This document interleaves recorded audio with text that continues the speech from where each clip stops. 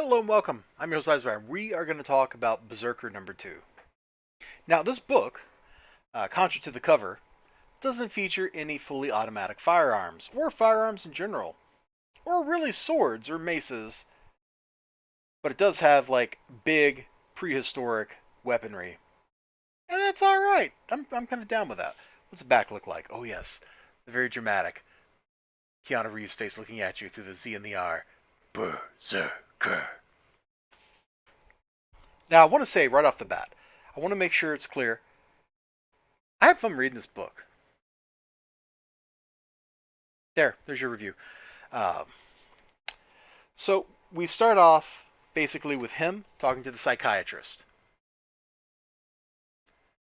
This is the same story you've been telling for 79,000 years. I've read this before. Da da da da da. And she's like, "You're remembering more. I can see from the monitors your brain is more active than it has been in the past. You're remembering more stuff. So since you're remembering more, you should tell me more stuff. Concentrate on the details, things you may have forgotten. See what we can get." So she's like doing, some full-on like psychological coaching here, trying to extract those memories, bring them to the surface so he can talk about things. And we go back to 80,000 years ago. His tribe lives in this little village. And it's a nice, tranquil village, fertile land, great, great stuff, right? So it should be paradise, except they're surrounded by other tribes who raid them because, well, they live in this paradise, and it's hard to defend because, well, it's open, it's a valley, you can sweep through it along the river or whatever, you can come down from the mountains on either side. It can be approached from many directions. There's no real good way to defend it. And so his parents despair, and they're like, all right, the mom is like, look, I know you don't worship the ancient gods, but I do. So let me go contact them. And she does a whole lot of drugs, a whole lot of drugs. And the next thing we know, as we're transcending over here, let me just kind of very slowly rotate. Yeah, see, there's a hand grasping a back. You know exactly what's going on right there. You know exactly what's up. So he isn't strictly mortal. There's his origin story right there. He was born as a weapon.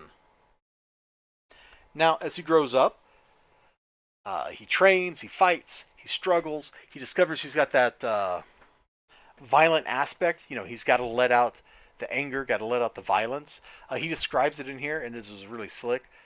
Was as the opposite of hunger, whereas hunger makes you want to eat, makes you want to take things in. This was something he had to let out. It was like pressure building up. I thought that was pretty cool, and you can definitely see the pressure building up over and over again. So he is the weapon for his tribe. It's a pretty satisfying origin story. The writing was all right. I had fun reading the book. The first page, I rolled my eyes at. I didn't think I was going to like the book. And I just kept going. And he was talking to the doctor. And I was like, well, this is kind of okay. And I kept going. And somewhere around, I don't know, the part where he rips a leopard in half with his bare hands, I was like, you know what? I kind of like this book. It got more fun to read as it went on. I had a blast reading it. The backstory we're getting is all set against the outer framing narrative of him talking to the doctor. She's trying to convince him to keep working with them, to keep working for the U.S. government, so that she can help him remember more. She's like, the protocols are working. If we keep doing this, you're going to remember more, so keep working with us. And he's like, look, you don't need to convince me. I'm here because I like killing people. That's essentially what he said,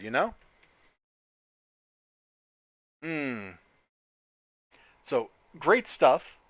The only thing that's kind of a letdown in the book, I feel like, is the artwork. Like, it's still expressive. It's really expressive.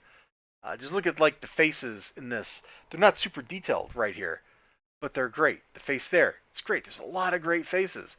When we finally zoom in here and you see his face, look at the rage building up, man. He is gonna pop. He's like a balloon. So the art's expressive. I was just kind of thinking, I just read the Batman 3 Joker stuff with Jason Fabok art.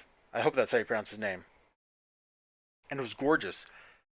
And as I was reading this just a few minutes ago, I was thinking to myself, how much cooler would this book be if we had some of that wonderfully over-rendered Jason Fabok art, or like Gary Frank art or something.